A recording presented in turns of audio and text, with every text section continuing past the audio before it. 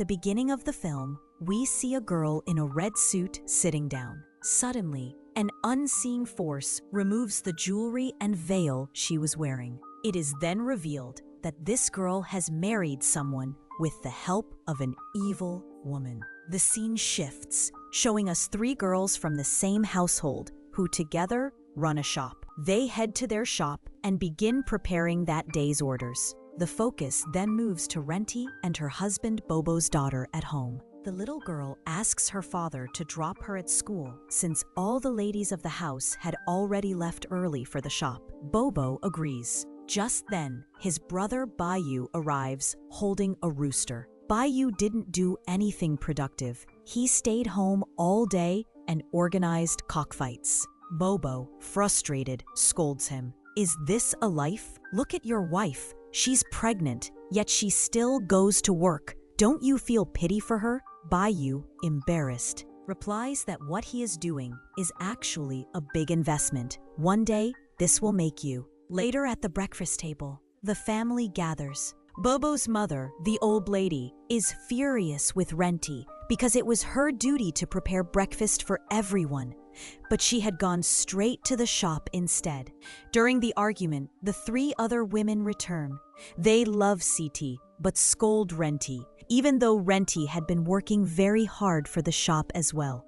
To them, no matter how much outside work Renty did or how much money she earned, she was still expected to take care of all the household duties.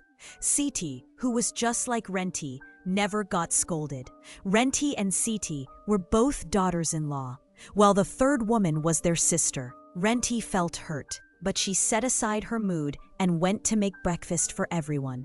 Meanwhile, she asked Gita to drop her daughter at school. Once again, the old lady got angry. Can't you even drop your own daughter at school? Renty explained. I had to drop Bobo at work and deliver chicken orders. If I also went to drop my daughter, everything would be down. Just then, Bobo came out. He gave some money to his mother and handed part of his savings to Bayou so that his pregnant wife wouldn't face difficulties. Renty and Bobo then left for their work. On the way, Renty told Bobo, "It hurts me when your mom talks so badly about my business. I do extra work outside the home just so our family can live well. Apart from you and me, no one else does anything. Yet your mom doesn't love me or appreciate me. She always makes me feel like I'm competing with Siti." Renty was also upset that when her mom-in-law scolded her, Bobo never spoke up in her defense. Bobo apologized, asking her to adjust with his family. Renty agreed but said, "At least take a stand for me sometimes." While talking, they reached the port, where Bobo worked. After dropping him off, Renty went to deliver the chicken and then returned home.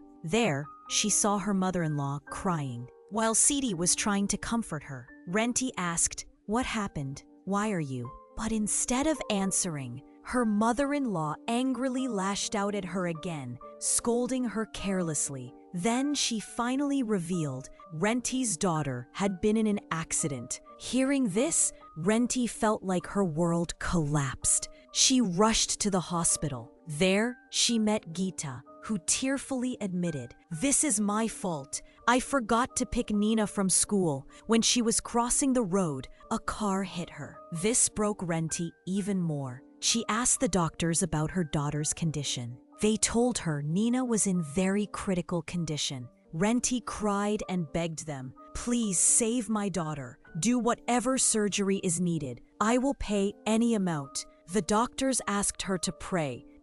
Renty was now sitting all alone in the hospital. She was so extremely worried that an old woman came to her after seeing her. Her name was Atari.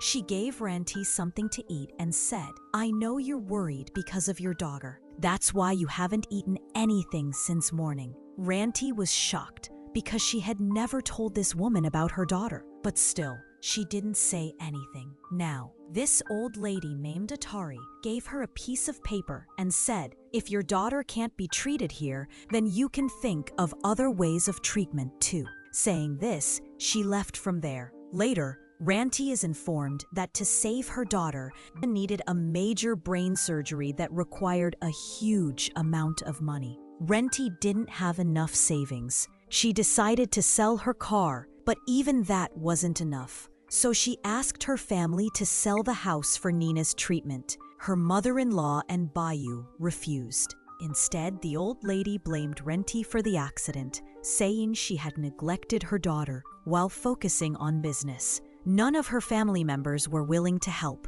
not even Bayou, who refused to give his savings, saying they were for his wife. Even Bobo couldn't be reached because he was out at sea on a ship, helpless. Renty remembered the old lady at the hospital who had earlier given her a paper. She quickly found it and contacted the woman. But this woman wasn't going to help with money. She was a witch who told Renty she could save her daughter only if Renty agreed to take part in a ritual. The ritual was called Gory. The witch explained, "In this ritual, you will be married to a demon. Once that marriage happens, all your problems will vanish. Your daughter will be healed and no one will trouble you again." Renty was terrified and felt it was wrong, but with no other way left, she agreed. The witch began preparations. She bathed Renty, recited incantations, and forced her to swallow raw chicken liver. Then she dressed her beautifully and took her to a decorated room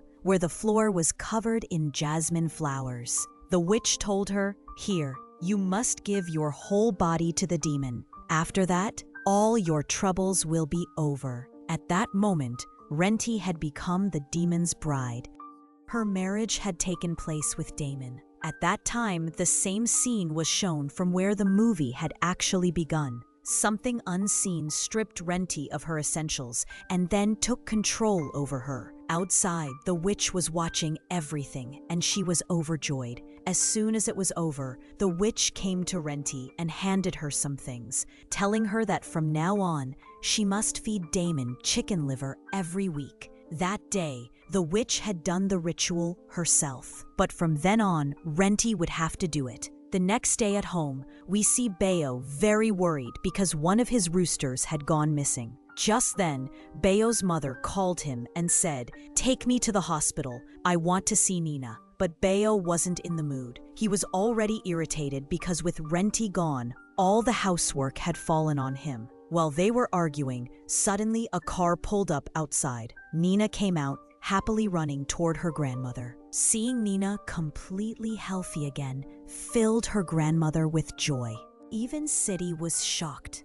Nina recovering so suddenly in just one day felt nothing short of a miracle. She wondered what exactly Renty had done that her daughter was cured. She even shared her thoughts with Bayo, but he told her not to overthink. "Be grateful the house didn't have to be sold, and we didn't need to spend money," he said. Still, City insisted, saying she believed Renty had done black magic. But Bayo ignored her again. City, however, wasn't about to let it go. She started observing Renty closely and felt that since that day, Renty's behavior had grown increasingly strange. One day, she saw Renty close all the doors and windows, sitting alone in the dark. City asked her why she had darkened the whole place. At that moment, the doorbell rang. When she opened the door, she was shocked to see Renty and her daughter standing there. The other Renty inside gave City a creepy, unsettling smile and then walked away. City followed them outside to check, but there was no one there anymore. This terrified her deeply. She even discussed it with Gita, saying she had seen two Rentys in the house at the same time. She pointed out that ever since Nina had returned from the hospital, Renty had been behaving in bizarre ways. But Gita didn't believe her, thinking City was just exaggerating about Renty as usual. At that moment, they noticed Renty had gone to bathe. City told Gita, "Look, before today, Renty never bathed at night." Gita brushed it off, telling her to leave Renty alone. Gita asked City to make noodles instead. When City went to the kitchen, she saw a frog. The frog even jumped into her pan. She tried to take it out with a fork, but just then, strange noises came from the bathroom, like Renty was playing with someone inside. Through the hole in the door, City peeked in. To her horror, she saw Renti behaving in very unnatural, disturbing ways with some ghoul. City secretly recorded the scene on her phone and sent the video to all her contacts. Unaware of this, Renti went to the market in the morning. Everyone there was laughing at her and making fun of her. Furious, Renti grabbed the knife she used for cooking chicken, and holding it, she moved towards City to stab her. Scared, City admitted that yes, she was the one who spread the video, but instead of apologizing, she arrogantly said that for many days, Renti's behavior had been terrible and she wanted to reveal her true self to everyone. Everyone thought Renti was innocent, but inside, she was something else entirely. Hearing this, Renti became even angrier. Her eyes turned demonic, and just as she was about to stab City in the neck, Gita rushed in and stopped her. The matter calmed down, and later at home, Bayo returned late that night. He sent City into the kitchen to make noodles, but when City entered the kitchen, she saw noodles were already being cooked. Surprised, she wondered who had made them. As she turned around, she saw Renti behind her in a strange state, smiling creepily. City becomes terrified. Renti grabs her hand and plunges it into the boiling water. From inside, a frog leaps out and bites into her raw flesh. Horrified, City panics and rushes to wake Bayo. But when she checks the bed, it isn't Bayo lying there. It's Renti, who suddenly attacks her, pins her down, and strangles her to death. Then, she rips open City's stomach with her bare hands, eats her liver, and leaves her body to rot before walking away. The next morning, Bayo returns home. Gita tells him to wake City up. They need to go to the market. But when Bayo goes to her room, she is nowhere to be found. He searches the entire house. When she isn't found, Mom suggests maybe City went back to her parents' home after fighting with Renti. Since City is missing, Mom blames Renti for all this and begins scolding her. But Gita supports Renti and says City was the one spreading her private videos. Meanwhile, Bayo goes outside searching for City, but notices many of his roosters are missing too. He becomes more worried. That night, we see Renti again preparing to take a bath. With disheveled hair and blood-red eyes, she eerily asks her daughter, "Will you bathe with me?" Her daughter is terrified. She begs Gita, "Can I sleep in your room tonight?" Gita agrees. The next morning, for the first time after the incident, Renti appears normal. Later, while in the backyard, she discovers Siti's corpse. Horrified, she realizes everything is happening because of the witch. Frightened, she approaches her and asks why all of this is happening. The witch calmly replies that the demon now lives inside her body because it has married her. Now that she is its bride, anyone who tries to harm her or insult her will be killed by the demon. Hearing this, Renti breaks down in tears. She tells the witch she can't take it anymore. She doesn't want her family to suffer because of her. But the witch says, "Do whatever you want, but you will forever remain the demon's bride." Crying, Renti returns home. That night, we see Bayo at a cockfight, when suddenly he sees City covered in blood. He abandons everything and follows her, but she vanishes. Returning, he realizes he's lost the match and his rooster. For the first time, losing doesn't matter. He's too disturbed. Back home, he spots a strange figure near a pit. There, he discovers Siti's corpse. Seeing his wife's dead body breaks him completely. He grabs Renti by the neck, crying and asking why she killed Siti. "What did she ever do to you?" he sobs. But Renti insists it wasn't her. Bayo shows her the bloodied shirt and screams, "I know it was you." Mom, more concerned about the family's reputation, tells Bayo not to let the truth get out. If people find out the women of our house are killers, society will shame us. It's better to bury Siti quietly. Bayo, broken, obeys. He buries his wife without telling anyone, but as he does, he sees Renti approaching the roosters. When he follows her, she suddenly hurls him far away. He crashes to the ground, helpless. Without even touching him, Renti gouges out both his eyes and throws him into a place where falling debris crushes him to death. Inside the house, Gita hears Ronti's scream. Ronti has finally regained consciousness, standing beside Bayo's corpse.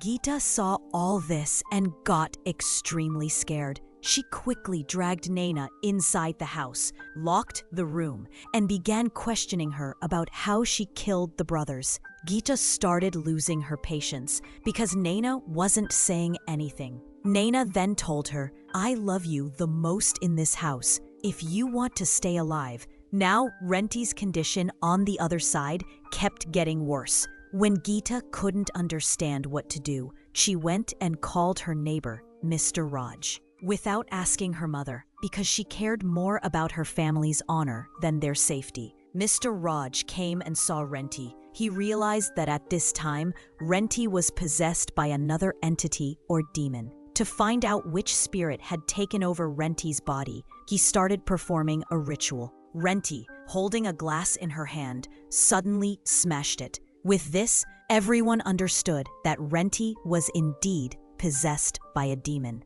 Mr. Raj then decided to leave. Before leaving, he told Apu, "Everything will be fine if you pray." He had barely closed the door when Renti, who was locked inside the room, suddenly appeared beside him and whispered in his ear, "Stay away from all this if you want to stay alive." The next morning, it was shown that Renti's husband Bobo had returned home.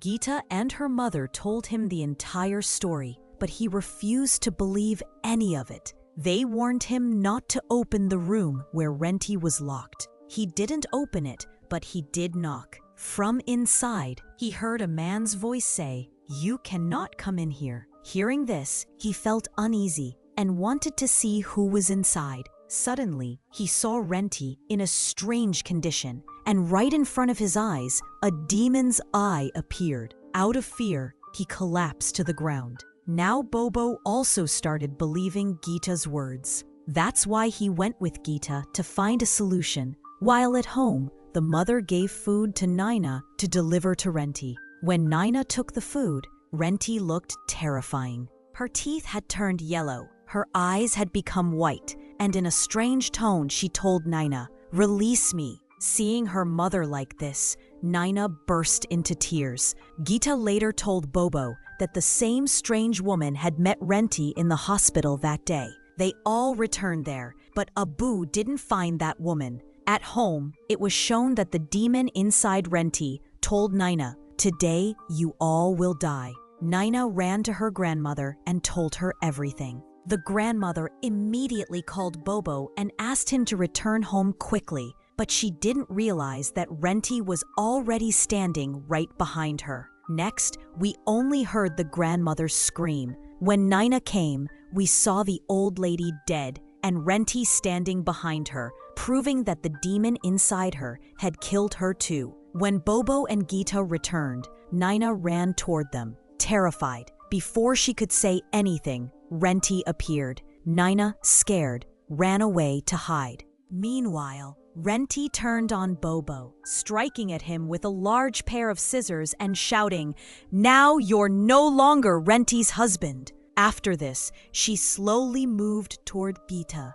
with the same chilling intent. Seeing this, Naina broke down crying, realizing that now even her father was no longer alive. Hearing her cry, Renti suddenly appeared before her. Before she could kill her, Naina pleaded, "Please, Mom, come back, please." That word "Mom" awakened the real Renti's soul inside the body. She suddenly regained consciousness and saw that she had already killed everyone and was about to kill Gita too. Realizing this, she told Gita, "You must leave this place. Take Naina and run away." "I don't want to kill you. I don't want to kill anyone." She apologized to both of them. Gita didn't want to leave, but Renti forced her to go. After sending them away, she poured petrol on herself and set herself on fire. Thus ended the story of Renti and her demon. In the post-credit scene of the movie, we saw Gita and Naina moving to another village and buying a new house. They thought they were finally free from all their troubles. But when Gita opened a cupboard, inside it was the same bridal dress Renty had worn at the beginning of the movie when she turned into a demonic bride. This showed that their troubles were not over yet, and the movie ended here. End.